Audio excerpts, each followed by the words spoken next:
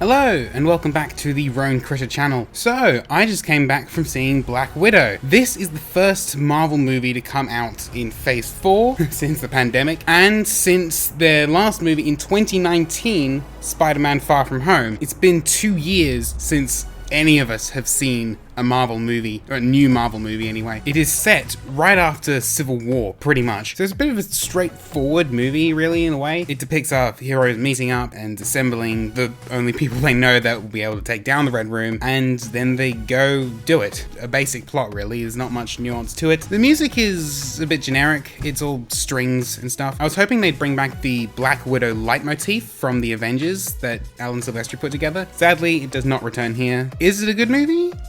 It's okay. Is it a good Marvel movie? It's not a movie I'll probably see on its own again. I'm looking forward to watching it in the chronological place it's supposed to be, right after Civil War. The ending's probably pretty much concurrent with the opening act of Black Panther, so it'll be interesting watching this movie in the context of what happens around it. It's a weird thing. It doesn't really feel like a Marvel movie. It feels quite different. It's the kind of plot I'd expect from a Kingsman movie. Though to be clear, I've only ever seen one Kingsman movie and it kind of scarred me. It's not a standard spy thriller. Basically, it's not like what I was expecting it to be, like The Winter Soldier, Captain America The Winter Soldier. Granted, that plot isn't entirely realistic, but it feels more believable than this one. I'm about to go into spoilers. If you have not watched Black Widow, stop this, go and see it, or just pick it up on Disney+. It is $35 here in Australia, and I can get $11 movie tickets. So, the main plot of this movie is that there is a mind control serum that has been put in Black Widow agents so that they can keep them under control. Now, granted, there have been sort of similar serums before in the MCU, but this one is taken a lot more seriously. It doesn't quite feel like it fits within the MCU, and that's a bit of a running thing throughout this movie. Also, they revealed what happened in Budapest. They weren't quite forthcoming with exactly what happened, but the way I gathered the gist of it, she and Barton assassinated, or tried to assassinate, Dreykov using his daughter, which is kind of horrible. And then there was this big fight through the streets until they finally got to that subway station where they hid in the vent for a few days. That's what I gathered from it, and that's why Natasha thinks that was just like Budapest, and probably why Clint remembers Budapest very differently. Budapest. And the Red Room, well, the reason the Red Room has stayed hidden in the MCU for so long, turns out it's a giant airship. It doesn't look like it should be able to stay airborne. It looks like, even though it's made of metal, it should just tear itself apart. It doesn't look like it should exist on Earth with current technology, or even with Stark level technology. Dreykov shows Natasha who Taskmaster really is. Dreykov's daughter, the girl that Loki said Natasha killed in the Avengers. I don't know how to feel about that, really. I mean, Taskmaster is this sort of nuanced character in the comics. He appears up here and there as an assassin, as a trainer, as all sorts of things. He's there to fight, he's a mercenary. He's one of the many mercenaries in Marvel Comics. And seeing Taskmaster adapted like this kind of removes all of that. She's just another mind-controlled drone. The Red Room isn't working for anybody in this. They're not specifically Russian. They're just a floating spaceship that hangs out in Earth's atmosphere, causing havoc and control, but they don't really show their control.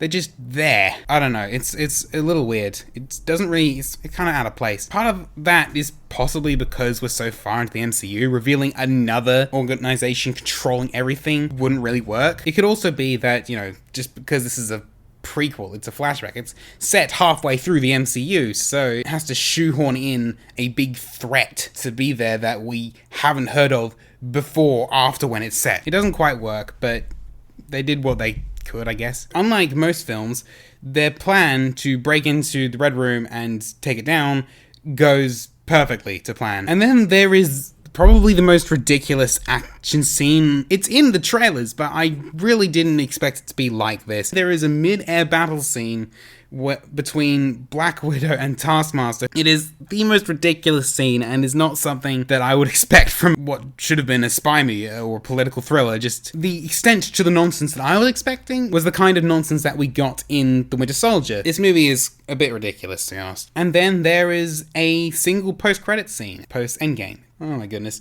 Full spoilers here. Yelena is approached by Contessa Allegra de Fontaine from The Falcon and the Winter Soldier. The woman who recruits John Walker to join her super secret Black Ops force.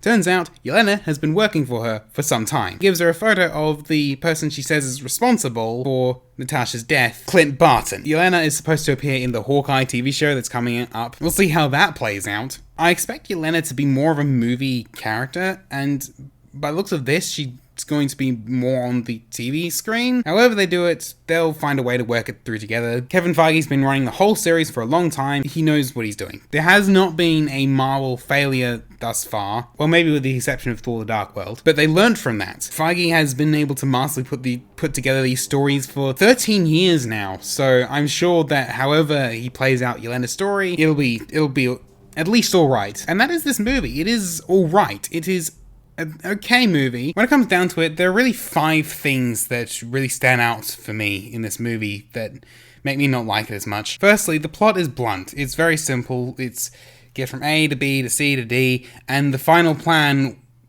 which is revealed fairly early on, just ends up working out pretty much perfectly. Just doesn't really work for me, I think. Number 2 is the Red Room. Is what the Red Room is in this movie, as being just this organization that supposedly controls everything, stands over everything, is supposedly ruling everything, but isn't displaying its authority. The third thing is the mind control thing. I think it's a bit of a contrived plot point, and the antidote wasn't explained at all. I think that's probably the problem that I'm least concerned about. I think when it comes down to it, that part is fine. It's just with the other things on top of it just makes it feel a little bit worse. Number 4 is the stupid base in the sky. This ridiculous star-shaped thing that looks like it should be in space, that has these dinky little rockets at the bottom that are supposedly holding the whole thing up.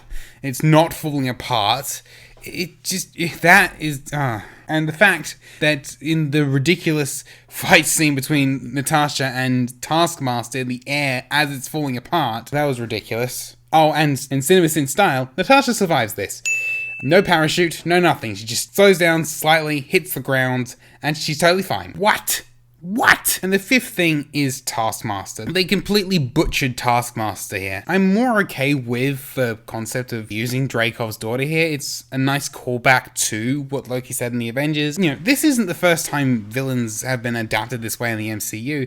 We got similar treatment with the Ghost in Ant-Man and the Wasp. But that one, the Ghost is sort of a blank figure. It's just a mercenary. So adapting the Ghost, he, to Ava Starr, I'm fine with. But taking Taskmaster, this big hardcore mercenary with a specific skill set and specific things that he does and that who he works for and all that, and butchering him this much, or butchering them this much, that upsets me, because it really removes any opportunity you could have. It ruins all the potential of what you can do with the character of Taskmaster, and just you completely lose that by using Taskmaster in this way. But yeah, those are my thoughts on Black Widow. What did you think about it? There's a comment section down below, and above that there is both a subscribe button, which you can click if you like to see more of this kind of video, or more of a lot of kind of videos. I am a jack of all trades channel, or I'm supposed to be. And there's also a like button, and that button likes you if you like it. So with that, I'll see you in the next video.